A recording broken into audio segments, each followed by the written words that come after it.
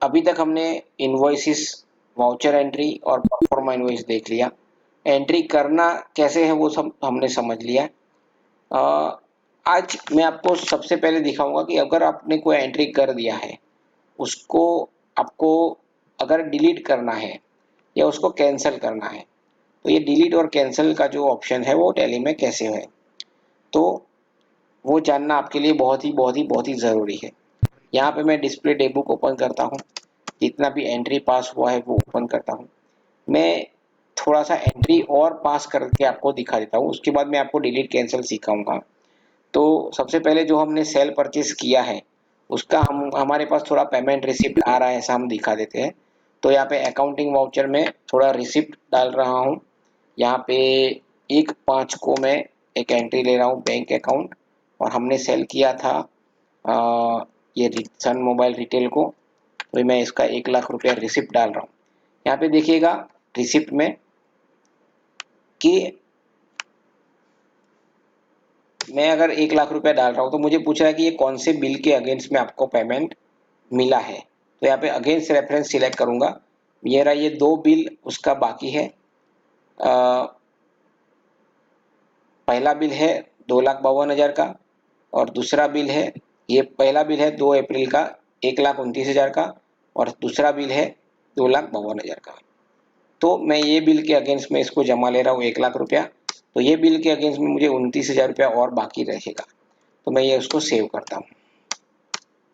ठीक है जी, तो 1 लाख रुपया जमा हो गया। वैसे ही हम सामने अगर पेमेंट करेंगे जिससे हम मटेरियल परचेज करते हैं, तो F5 पेमेंट करेंगे।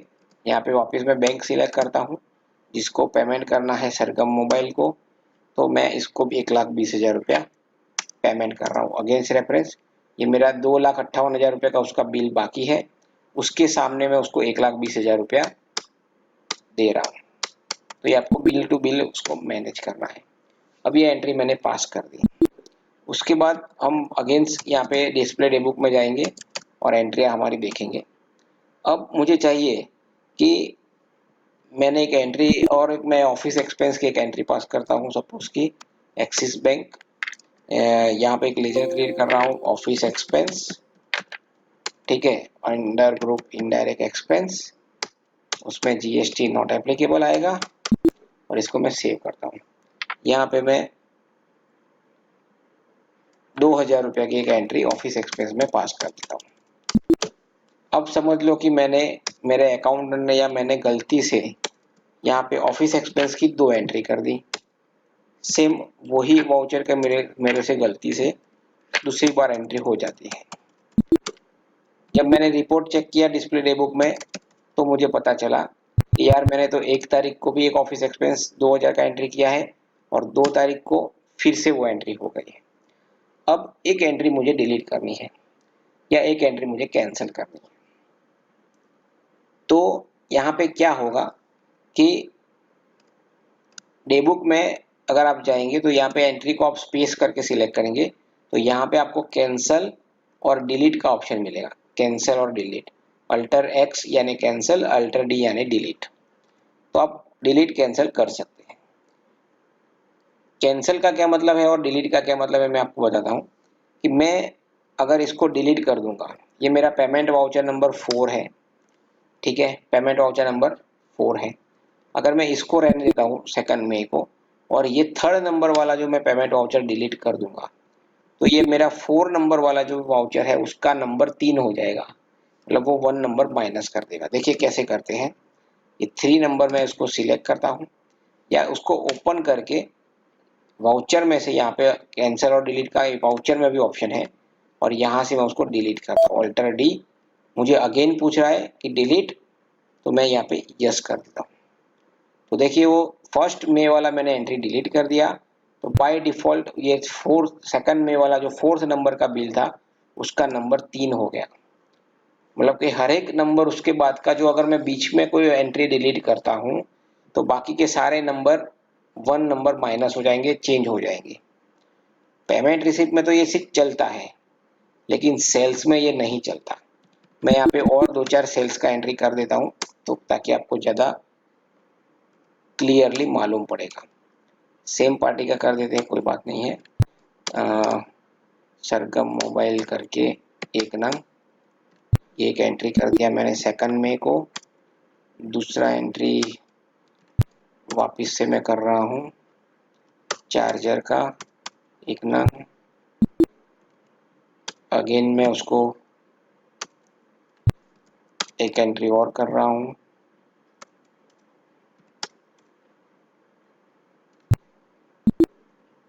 यहाँ पे मैं 30/4 में एंट्री कर देता हूँ सरगम मोबाइल।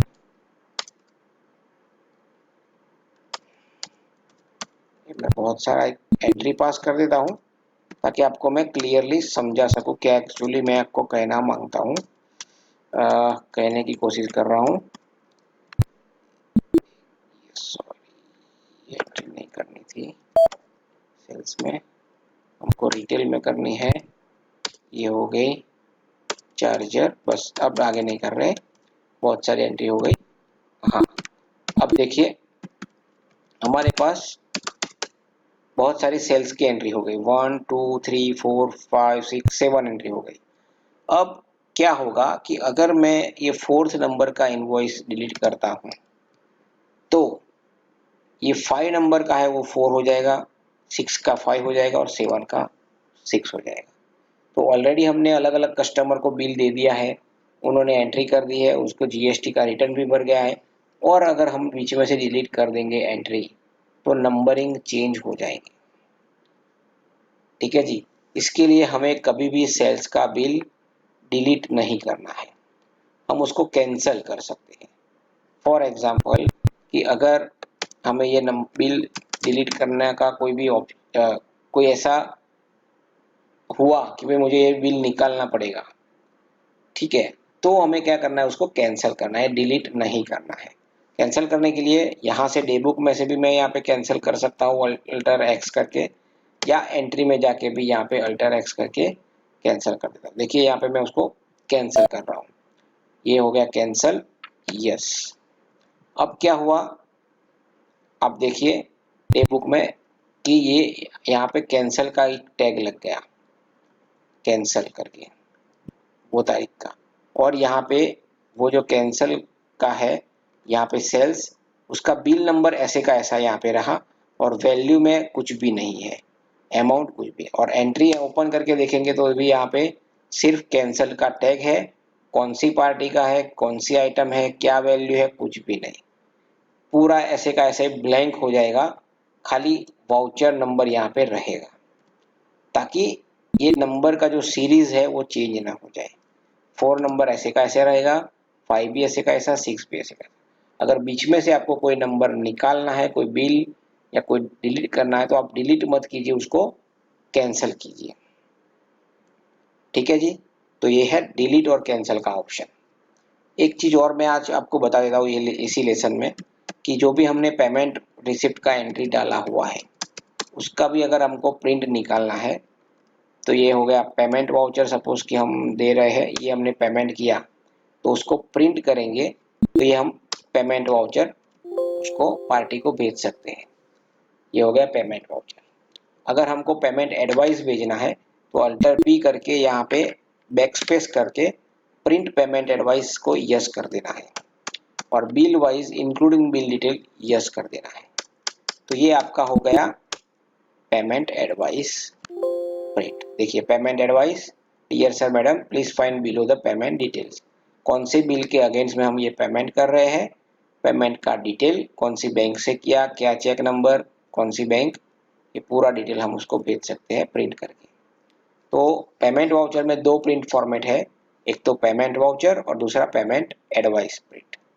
ठीक है जी, तो ये हो गया पेमेंट। वैसे ही रिसिप्ट का भी है कि आप अगर रिसिप्ट एंट्री है तो उसका भी प्रिंट करके आप रिसिप्ट वाउचर भी प्रिंट कर सकते हैं।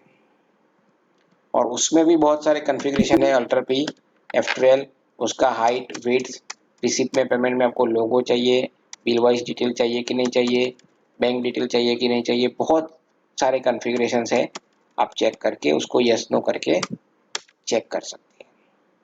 ठीक है जी, तो आज के लेसन में इतना ही। Thank you very much.